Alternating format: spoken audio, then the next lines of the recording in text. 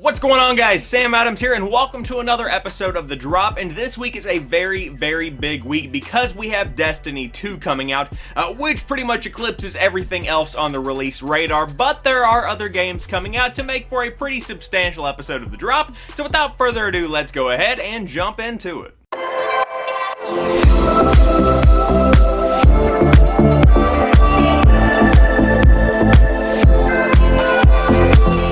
So to start things off, we have what I consider to be the most significant sequel of the year, which is going to be Knack II coming to the PlayStation 4. Meet Knack, a little guy with surprising moves and the ability to transform from big to small and back again in this family-friendly adventure from the developers at PlayStation. And now for some features. Surprising abilities, over 20 awesome moves including Boomerang, Whip Rush, Sword, Multi-Bomb, and Body Slam, grow to the size of a building or shrink down to just 2 feet tall. No smaller than 2 feet though, apparently.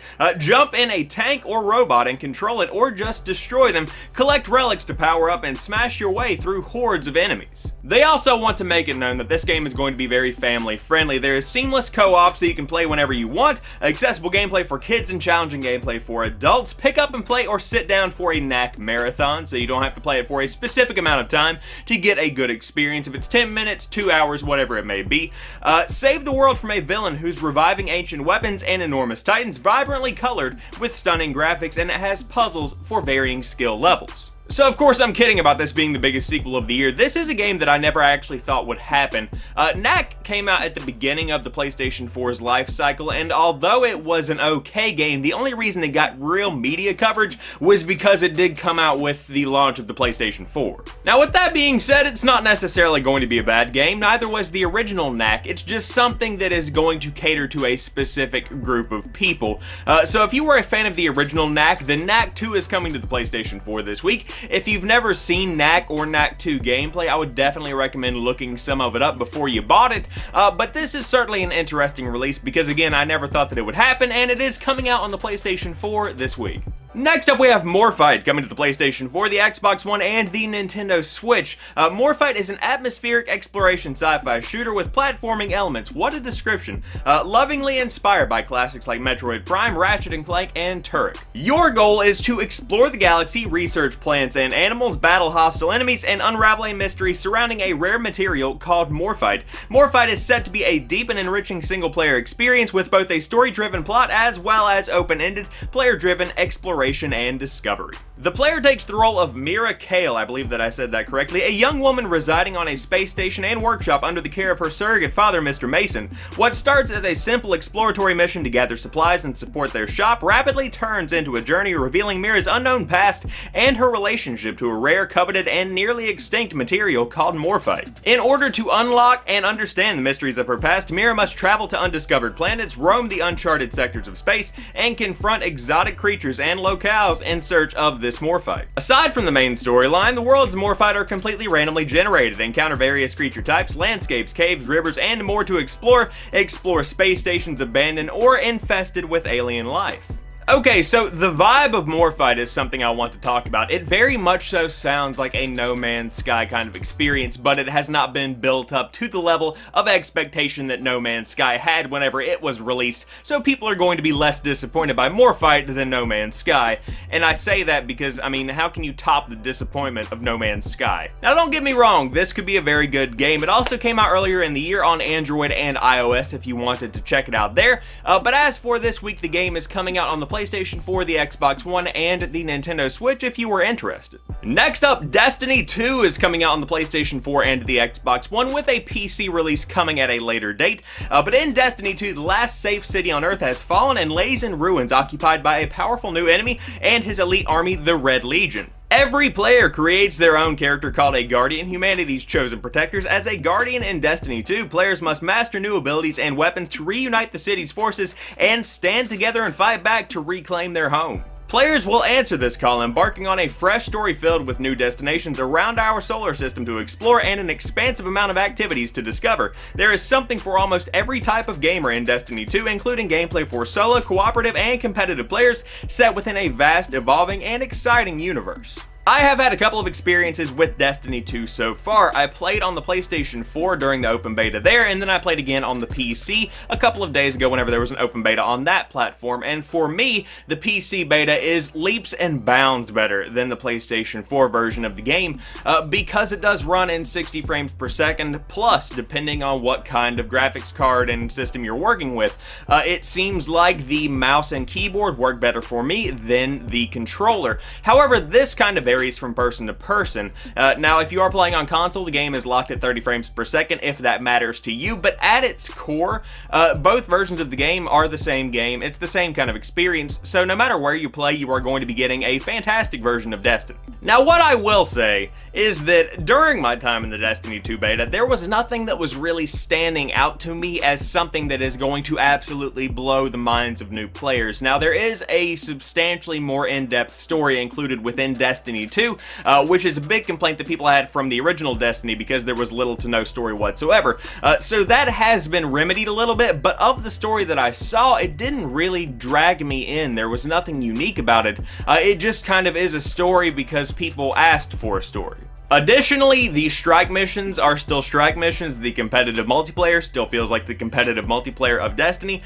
For me, in my opinion, this feels like one huge add-on for the original Destiny. This is simply another expansion pack that's $60 this time and has substantially more content and is bringing in more content over the course of the next couple of years. Of course, this is just one man's opinion about Destiny 2. I am not considered a Destiny community member whatsoever. I've played the original Destiny. I didn't play many of the expansions, so more so I am a vanilla Destiny player. But as far as my interest in Destiny 2, it is very low after playing the PlayStation 4 and PC open betas. But if you are interested in it, it is coming out this week on the PlayStation 4 and the Xbox One, and is definitely going to be one of the best-selling games, if not the best-selling game, of the holiday season. Next up, we have Don't Knock Twice coming to the PlayStation 4, the Xbox One, and the PC. Don't Knock Twice is a first-person VR horror game based on a psychologically terrifying urban legend. To save her estranged daughter, a guilt-ridden mother must uncover the frightening truth behind the urban tale of a vengeful demonic witch. One knock to wake her from her bed, twice to raise her from the dead. No. Explore a grand manor house environment in VR and interact with almost every object you see. To find and save your daughter, you will explore all depths of the manor, searching for hidden clues and using items to fight or escape the terror that surrounds you. Now, this next part I added. The game was developed alongside a movie that is currently sitting at a 28% on Rotten Tomatoes or a 2.5 stars on IMDb. So let's start off with the part that I added. Yeah, this game was developed alongside a movie that came out in 2016 that was pretty much ultimately a flop. Now, with that being said, the game itself does not actually look as bad as the movie. With that being taken into account, there really isn't much setting this game apart from other horror VR experiences that we've seen come out over the course of the past couple of years. Now, as the description said, it is coming out on the PlayStation 4, the Xbox One, and the PC, and you might be saying, well, Sam, the Xbox One doesn't have any kind of VR peripheral right now.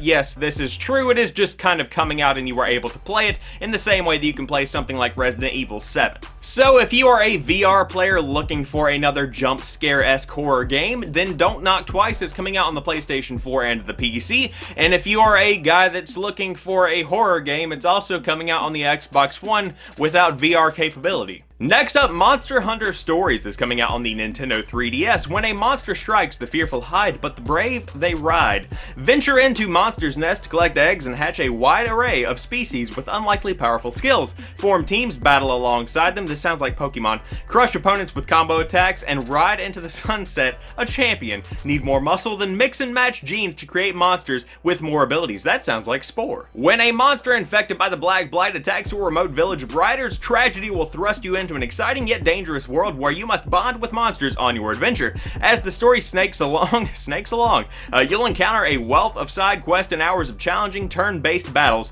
where you must coordinate monster skills, rider skills, and enemy attack patterns. The instinctive rock, paper, scissors combat style is a series first, a breath of fresh air for veterans and newcomers alike. It's the perfect entry point into the popular Monster Hunter universe and a game unlike anything else in the series. You can even battle other players online, locally, or via the Street Pass feature. feature on the Nintendo 3DS. So Monster Hunter is a franchise and world that I've never really been able to dig into. It just simply isn't something that has appealed to me. However, with Monster Hunter Stories, this seems, as the description said, to be a pretty good entry point into getting into Monster Hunter if you were interested in checking it out and seeing what that whole universe is all about. One thing I will say about Monster Hunter Stories is that I'm glad the game is coming out on the 3DS and not the Switch, because reviews are going to be much higher on the 3DS version of the game as compared to a Switch version, which again is not happening. That's not coming out. Don't mix that up. I say this because the game is not graphically impressive, and the gameplay is something that's kind of one of those pick it up, play a couple of rounds, put it down kind of experiences, and so that definitely lends itself to a handheld experience, which many people consider the Switch to be. However, playing that kind of experience on a television or computer monitor is not going to be something that fans really enjoy for an extended period of time, so to be able to crank those graphics expectations down a good bit and put the game on the 3DS and still maintain that fidelity of a handheld experience, that is where it's at, and that's the kind of experience we are getting this week. And last but not least, we have Epic Tavern coming to the PC. Now, I was not going to talk about this game, but the concept is something I simply can't ignore.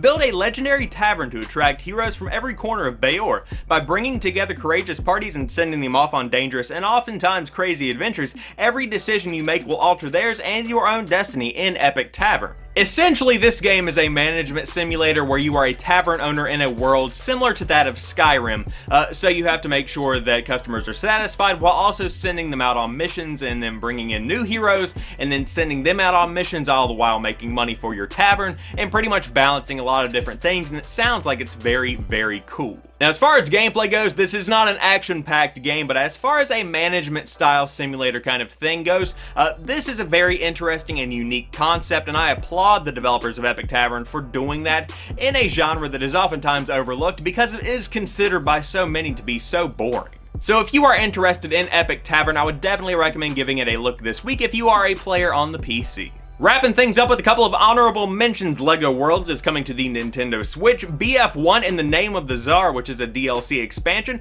is coming to the PlayStation 4, the Xbox One, and the PC, and RBI Baseball 17 is coming to the Nintendo Switch. So there you guys have it. I hope you have enjoyed this episode of The Drop. If you did, drop me a like down below, and if you happen to be new to the channel, I do upload new videos throughout the week, and I'm streaming on twitch.tv/TheSamuelAdams. You can check me out over there. But as for right now, I want to thank each and every one of you guys for watching this episode of The Drop. I will talk to you soon. Peace.